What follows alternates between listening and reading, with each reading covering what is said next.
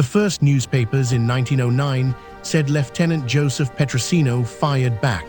The American consul in Palermo said the revolver on the stones was not his. Same night, same square, two official records that cannot both be true. What the square kept was simpler than either story. A derby hat on wet cobbles at the iron fence of the Garibaldi garden, an empty piazza at dusk, already dark, and a file that never reached a courtroom in New York. The New York Herald printed the gunfight version first. Petrosino, mortally wounded, died firing in vain at his assassins. That is the headline the city woke to on the 13th of March, 1909, before anyone in Mulberry Street had opened the hotel inventory. Consul William Bishop later told the New York Times the lieutenant left his revolver in the room at the Hotel de France and refused a police escort. Investigators in Palermo said the Belgian revolver found by the body, one chamber empty, belonged to a shooter who dropped it running. So the record begins with a contradiction, not a confession. Either a New York lieutenant answered fire in Piazza Marina, or he walked into the square unarmed, and the first papers invented a last stand because a last stand sells. The file does not pick a side. It only keeps both pages. Badge number 285 was still in a coat pocket. A gold watch, banknotes, a checkbook, postcards addressed to his wife Adelina. No last words were written on any of them. The notebook did not close with a farewell. It closed with a name. The first question the file will not dodge is who was with him. The honest answer is almost no one the record will swear to. He dined at the Café Orito. He paid. He walked into Piazza Marina alone. The sailor who reached him after the shots was not a partner. He was a stranger from the steamship Ancona. A waiter named Gerasai told Palermo police that two men approached the table while Petrosino was still eating, and that the lieutenant waved them away. Other later accounts say he signaled he would meet them outside. Those two sentences have lived in the same case folder for more than a century. They are not the same sentence. There were people at a streetcar stop. There were windows on the square. Commissioner Baldasciola's men found no one who would put a face on the shooters. Fear of reprisal is not a footnote in this file. It is the reason the witness page stays blank. New York had sent one detective to Sicily. Not a detail, not a squad. One man, 48 years old, born Giuseppe in Padula, carrying paper that was supposed to turn names into deportations. He was dead before that paper could be used. The cable that reached Police Commissioner Theodore Bingham was short enough to fit on a strip of tape. Petrosino shot, instantly killed, heart of the city this evening. Assassin unknown, dies a martyr. Signed Bishop, Consul. That is the first official American sentence. It names no companion. Instantly killed is a consular compression, not a medical clock. Palermo time of death sits between 8:45 and 8:50 in the evening of March 12th. Some reconstructions place him 15 minutes early for a 9 o'clock meeting that may never have been a meeting. The square does not confirm the appointment. The assignment was not a tour of the old country. A 1907 immigration statute let the United States deport an alien convicted of crime in another country if the government could prove the old conviction inside 3 years of landing. Jail time in America counted against the clock. The paper had an expiration date. New York already knew the names it wanted gone. What it lacked were the Italian penal certificates that would make a judge sign. Deputy Commissioner Arthur Woods wrote the State Department that they did not want a formal visit. They wanted Lieutenant Petrosino sent over rather on the quiet. Woods's letter is in the federal numerical file. We do not want to make this a formal visit. We want to send Lieutenant Petrosino over rather on the quiet in order to get information, which takes forever if we ask for it officially, and which we find great difficulty in getting at all when we try through private agents. That is the mission in the government's own English. Not a duel, not a raid, a courier job for criminal records. The unique fact of this case is not that Sicily was dangerous. It is that New York published the courier, then later locked the cargo in a drawer until the statute died. He boarded on February 9, 1909. The ship is recorded as the Duca di Genova. The passenger name is not stable in the secondary literature. One reconstruction gives Simone Velletri, another gives Velletti. The hotel book in Palermo later gives Guglielmo de Simone. The aliases do not agree. The sailing date does. He was seasick on the crossing. That detail survives in a letter home and in a note to Bingham. It is one of the few private sentences the file will carry without argument. The public sentence was already being typeset in Manhattan while the ship was still water.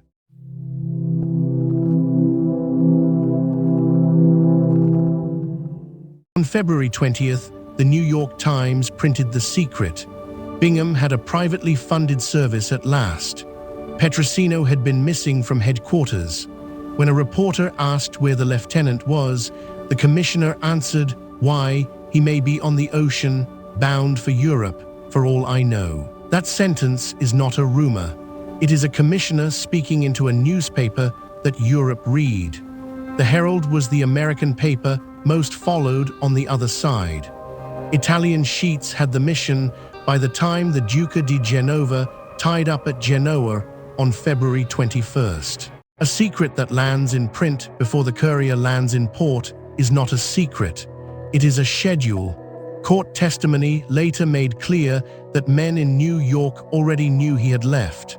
Recognition in Italy was not a surprise sprung in Palermo. It was a consequence mailed ahead of him. He still went on. Rome, then Sicily on February 28th.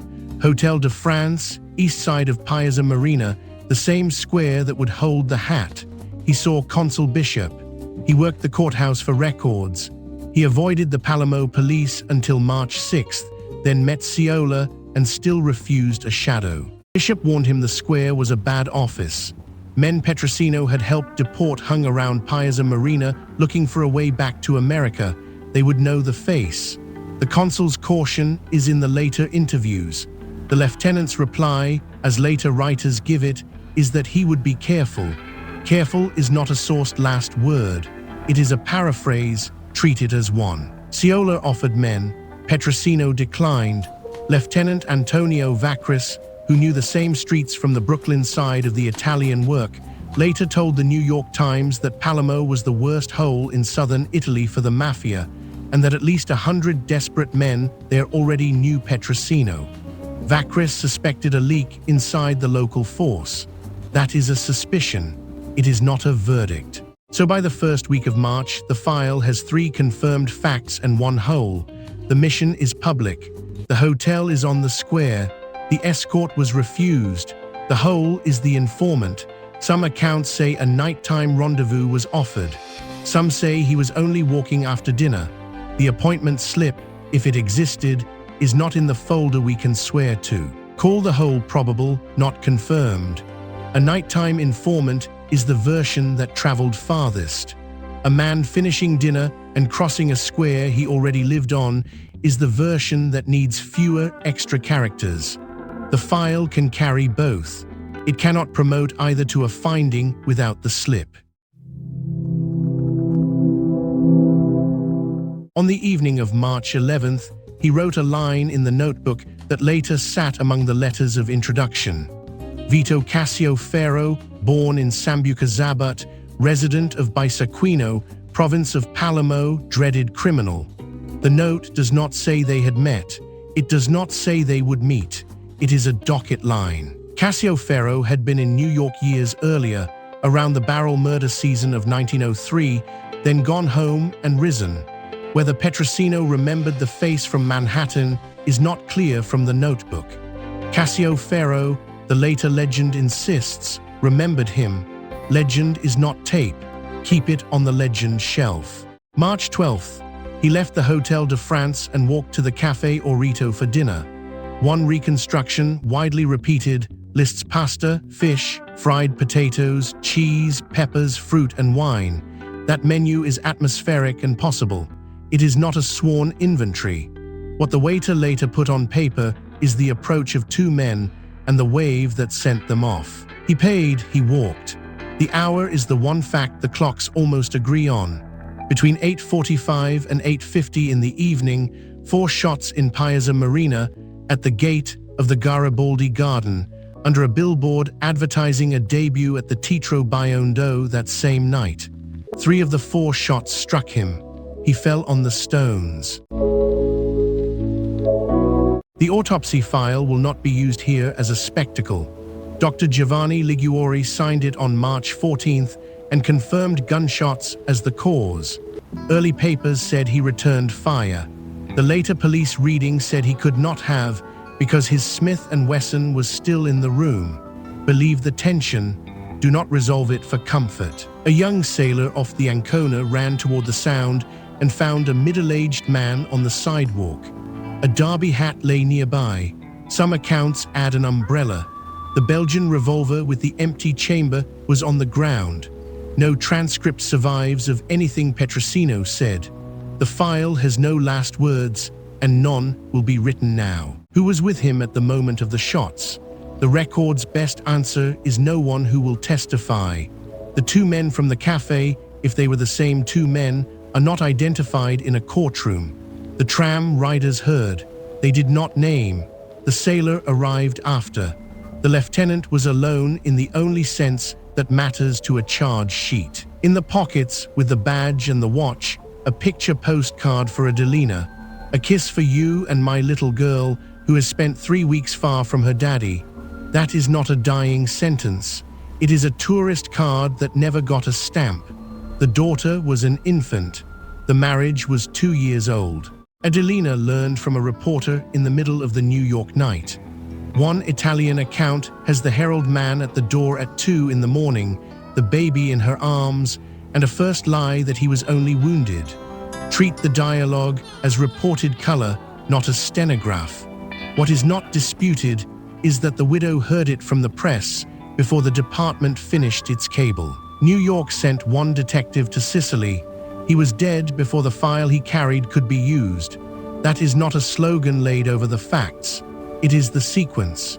The notebook, the letters of introduction, the names collected at the courthouse, the certificates still being copied, all of it still warm, and the man who was supposed to walk it into a hearing was already on a slab. Ciola rounded up suspects by the score. One count says 140, including men Petrosino had helped push back across the Atlantic.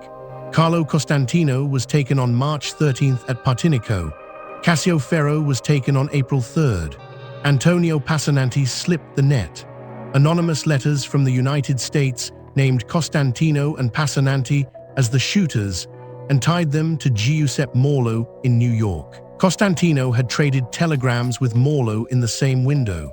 The 3 men, Cascio Ferro, Costantino, Passananti, were said to have visited together days before the square.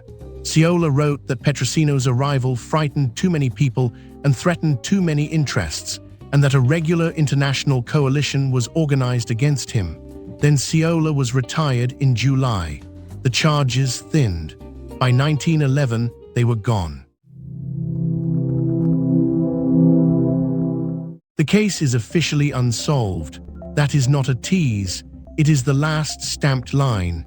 Cascio Ferro later entered folklore as the man who left a deputy's dinner table, borrowed a carriage, delivered a final shot, and returned to finish the meal. No court made that a finding. A boast is not a verdict. A host's alibi is not proof of absence either. In 2014, during a Palermo sweep, a man named Domenico Palezzotto was recorded boasting that his father's uncle, Paolo Palezzotto, had killed the first policeman murdered in that city, Joe Petrosino, on Cascio Ferro's order. Paolo had been picked up in 1909 and released for want of evidence. A descendant's boast is a lead. It is not a conviction. Other theories sit in the same drawer. A Secret Service informant later quoted Giovanni Lupo, brother of Ignazio, saying, "No one knows now and no one will know." Another underground explanation said the motive was a personal beating Petrosino had given Lupo on Mott Street, not the detective work itself. Possible, uncharged. The file is a stack of uncharged possibles. What can be charged, historically, is the handling of the paper after the funeral. Lieutenant Antonio Vachris was sent to Italy with detectives Crowley and Simon to pick up the work. He came back with the names. One later official count put the Italian penal certificates at 742. Another report said more than 500. Either number was enough to start deportations. Commissioner Bingham was already on his way out. His successor, Baker, cut Vachris's mission short and, according to later accounts, ignored the records Vachris carried home. The certificates were classified and indexed. Then they were suppressed. The New York Times in 1913 said successors found it expedient to bury the list, and that Commissioner Waldo could not even say who had destroyed it. The 3-year clock on those deportations did not pause for a funeral. By the time the certificates resurfaced through 2 more changes of commissioner, the statutory limit had expired. New York had spent a man's life on a file, then waited until the file was legally dead. That is not Sicily's joke. That is Manhattan's filing system. The body came home on the Slavonia on April 9th, flags at half-mast, coffin transferred to a police boat, then to a hearse, then to Lafayette Street, where Adelina met it. The Italian walnut box had split. They moved him to another coffin under a silver candelabra and a police honor guard. Palermo had already given him a funeral on March 19th. New York gave him a larger one. April 12, 1909. Counts run from 200,000 in the streets to 250,000.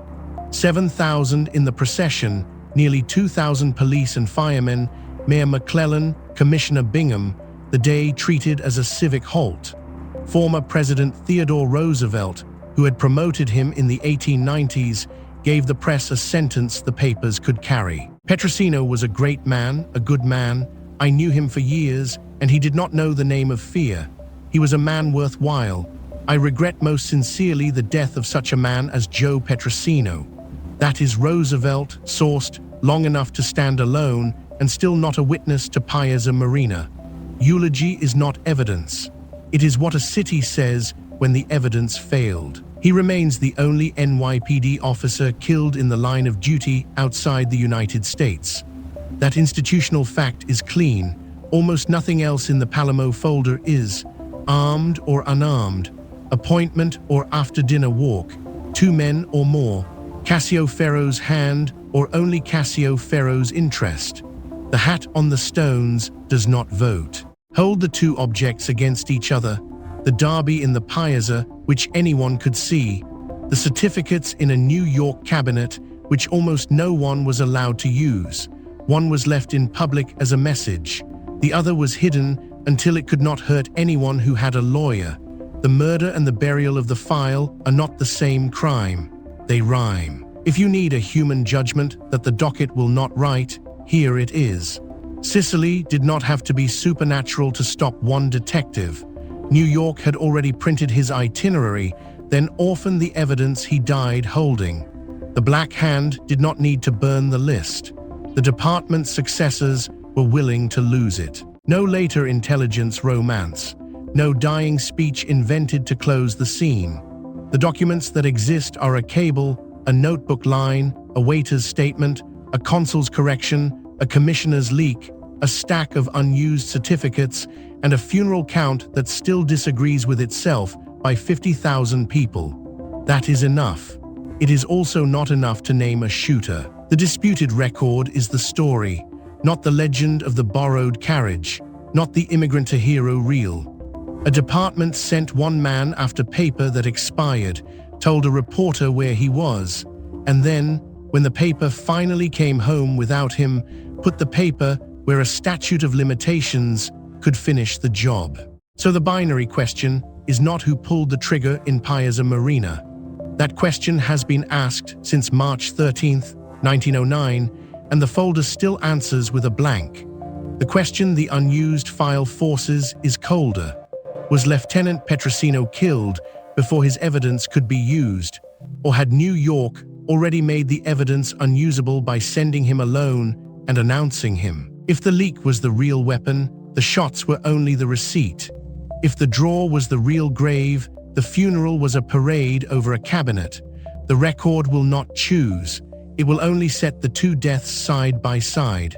The man on the stones, the paper that outlived him by 4 years and then was allowed to die. Piazza Marina at dusk is an empty square again. The billboard is gone. The Café Orito is a name in depositions. The Hotel de France still faces the garden. A plaque remembers the lieutenant on the iron fence. The hat is not there. The certificates are not there. What remains is the contradiction the first night handed us, and it has not been withdrawn. New York sent one detective to Sicily. He was dead before the file he carried could be used. Whether that sentence is an epitaph for Joseph Petrosino or an indictment of the office that posted him is the only verdict this record can still ask a listener to return. The square, in 1909, did not.